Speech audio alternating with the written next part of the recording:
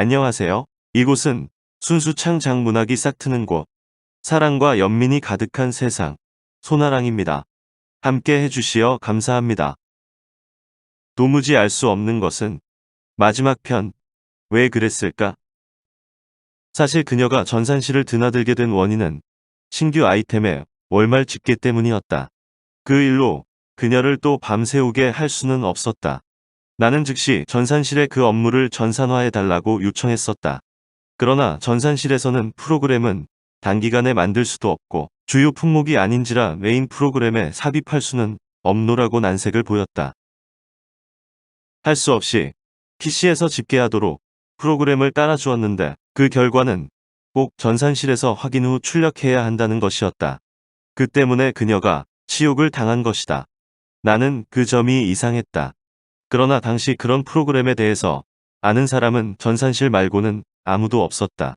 나의 일을 내가 모른다는 게 막막했다.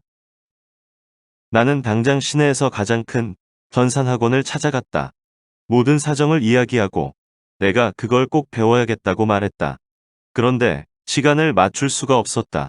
퇴근 시간이 불규칙하니 규칙적인 수강이 불가능했다. 나는 내가 시간이 날 때만 개인 강습을 해달라 요청했다. 당연히 학원에서는 나의 제안을 거절했다.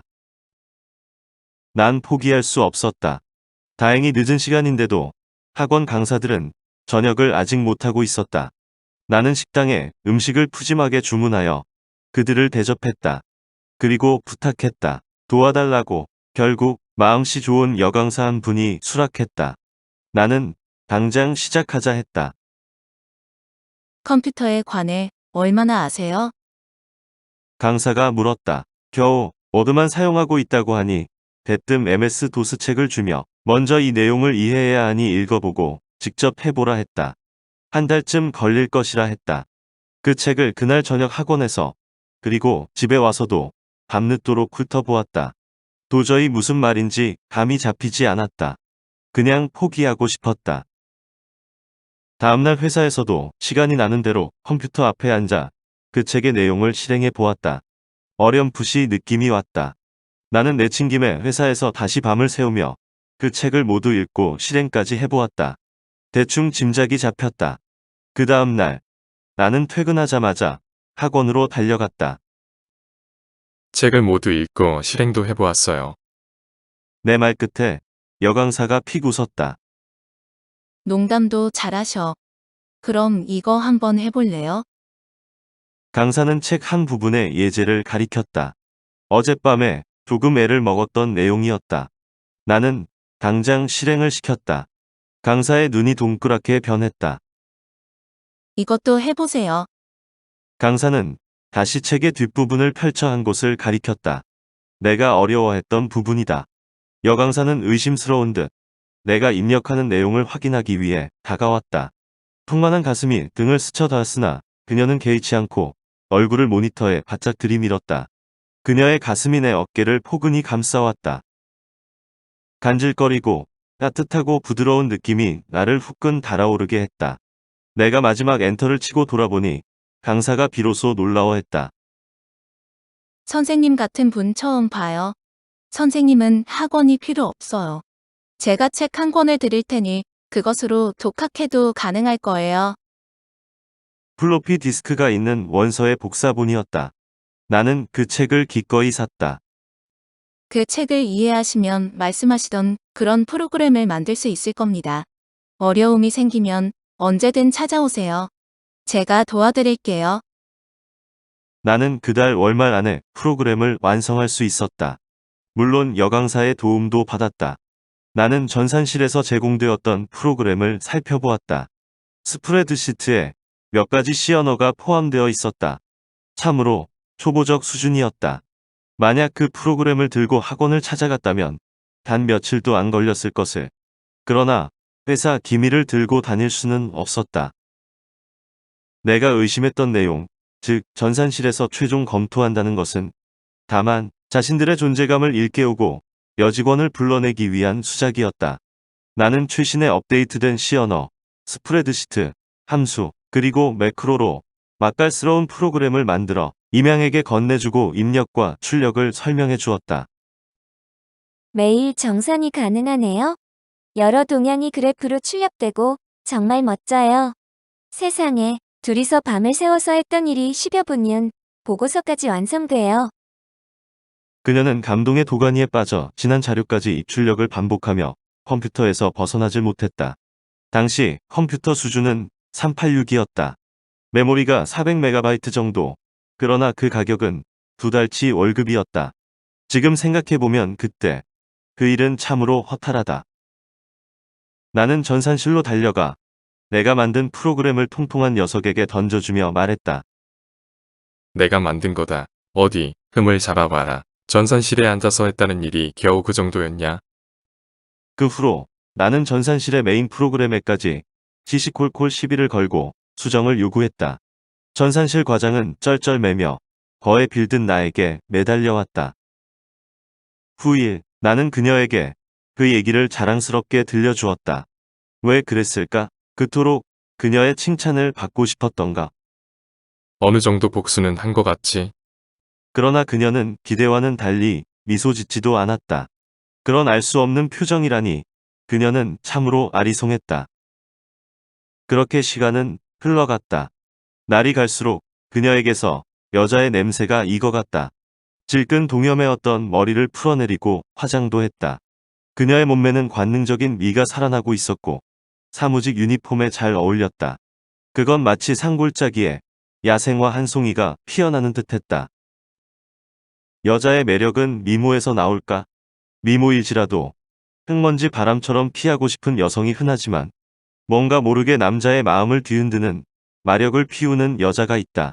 그것은 향기와 비슷한, 그래, 어떤 기운이라고 표현하고 싶다. 그녀에게서 그런 기운이 넘쳐나고 있었다. 그런 기운은 남자라면 누구나 느낄 수 있을 것이다. 평소 친한 척하며 나에게 접근하는 동료가 그녀를 한참 주시하더니 이렇게 물어왔다. 도대체 어떻게 된 거야? 현장에서 봐왔던 그녀와 지금의 임양은 너무 달라. 같은 사람이 전혀 아니야. 어떤 처방을 한 거지? 내가 아무런 대답을 하지 않자 그는 나를 비꼬았다. 너 혹시 썸씽이 있었던 거 아냐? 같이 날밤도 깠다며? 미친 자식, 내가 아무리 이야기해줘도 너 같은 놈은 알 수 없어. 사실 그녀는 나에게 온 신경을 집중하는 것 같았다. 나에게 도움이 된다면 소소한 일에도 정성을 다하는 그 마음이 환히 들여다보였다. 어쩌다 회사에서 야유회를 갔을 때도 그녀는 내 옆에만 붙어 다녔다. 나는 절 마당에 서 있는 한 나무를 가리키며 직원들에게 말했다. 저 나무의 이름을 아는 사람. 정답을 말해주면 내가 상을 주시. 그것은 바람처럼 스쳐가는 농담이었다. 나는 속으로 보리수일 것으로 생각했지만 자신이 없었다. 그래서 타인의 동의를 얻고 싶었다.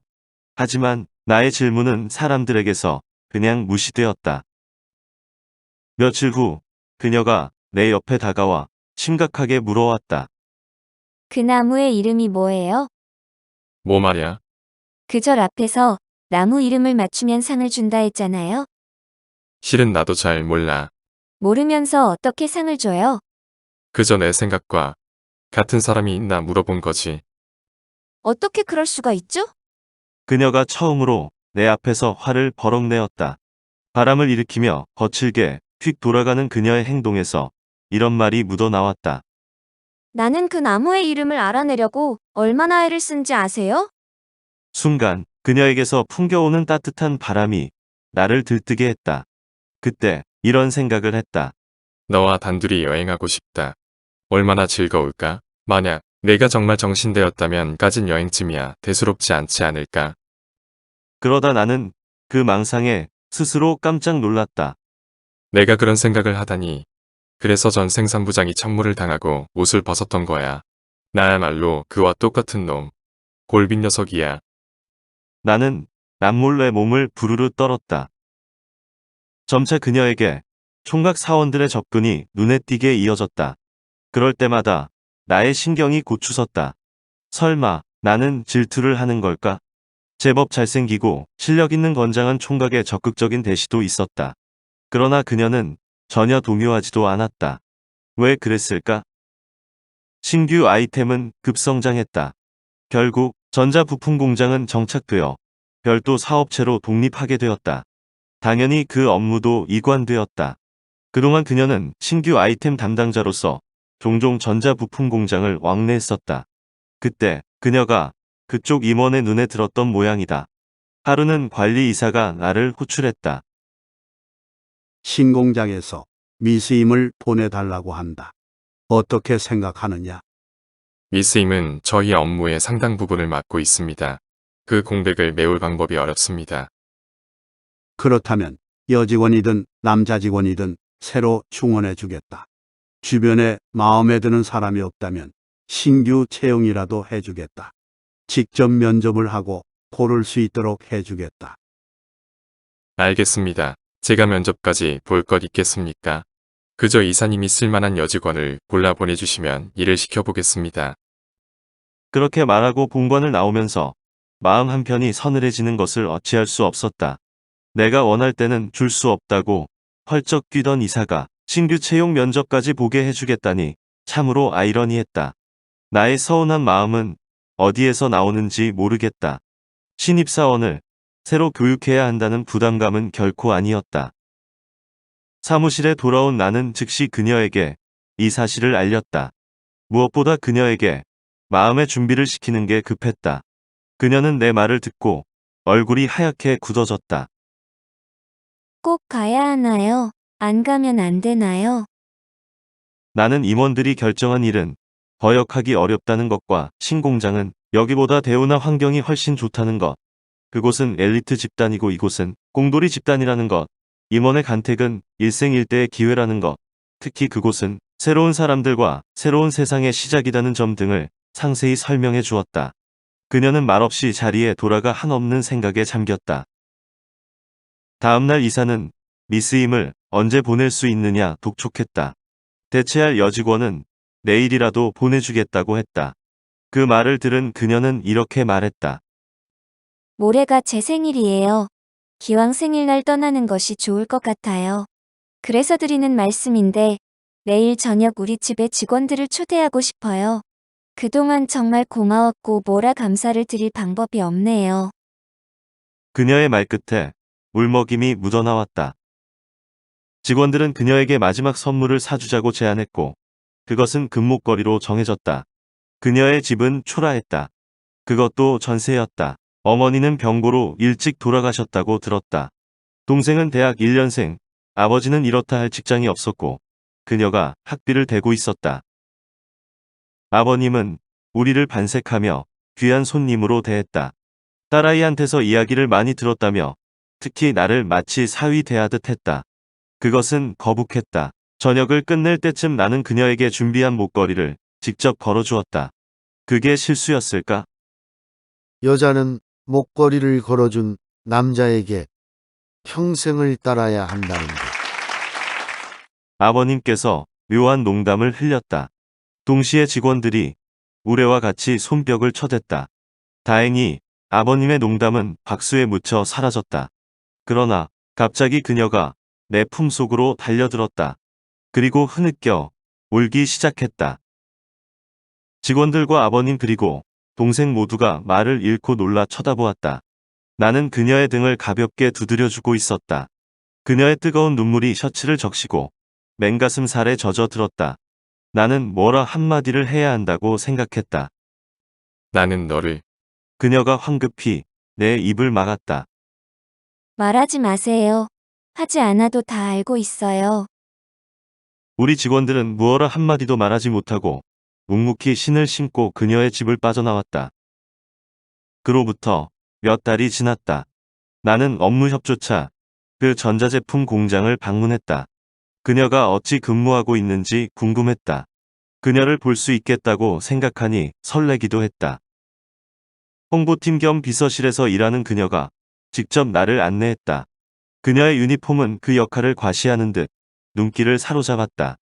청색 바둑문의 스커트에 눈부신 블라우스, 가슴 위에서 살랑거리는 복숭아빛 카디건. 모델 같은 아우라가 피어나는 그녀의 모습이 깨끗하고 우람한 새 건물과 너무 잘 어울렸다. 반짝이는 대리석 복도 위를 걷는 그녀가 눈앞에서 하늘하늘했다. 보고 다시 보아도 그녀는 신비스러웠다. 아니, 솔직히 관능적이었다. 모든 게 생소했다. 또각또각 걷는 하이힐 소리도, 쭉 뻗어오른 그녀의 다리도 생소했다. 맨 처음 그녀가 내 앞에 모습을 드러냈을 때 그 선머슴 같았던 기억은 이미 그녀의 것이 아니었다. 이제 누가 그녀를 두고 자신의 부장을 거칠게 탄핵하던 강성 노조원을 떠올릴 수 있겠는가? 누가 그녀에게 정신대일지도 모른다는 상상이나 할 것인가? 여기서는 그런 비슷한 생각을 떠올릴 일마저 결코 없을 것이다. 나는 그녀를 보자마자 이곳 근무가 어떠냐고 물었었다. 그녀는 아주 경쾌하게 대답했다. 모든 게 다 좋아요. 특히 사람들이 예의 바르고 친절해요. 처음엔 내가 이런 곳에 이렇게 멋진 사람들과 함께 있어도 되는가 싶었다니까요. 지금도 그래. 나는 되물었다. 지금은요, 난 충분히 이곳에 있을 자격이 있다고 생각해요. 그리 생각하니 정말 그래요. 호호. 그녀의 말씨에서 서울 말씨가 묻어났다. 내 곁에서 일하던 예전의 그녀가 아니었다. 그녀가 낯설었다. 하긴 그렇다. 이 번쩍이는 건물에는 반짝거리는 사람들이 근무할 것이다. 그들은 건물의 위세에 눌려 한없이 작아지는 나 같은 사람과는 비교되지 않는 뛰어난 사람들일 것이다. 그녀는 이미 그들 세계의 식구인 것이다. 한 마리 학처럼 고고히 걸어가는 그녀를 따라가며 나는 정수리에 이는 찬바람에 시달리고 있다. 파도가 일렁이던 서해안에서 순식간에 바닷물이 빠져나간 썰물 이후 한없이 펼쳐진 검은 갯벌을 맨발로 덧없이 걸어보는 그녀가 내 곁을 떠날 때 흘러내렸던 그 눈물이 지금에 와서 내 가슴을 올고지 적셔오고 있다.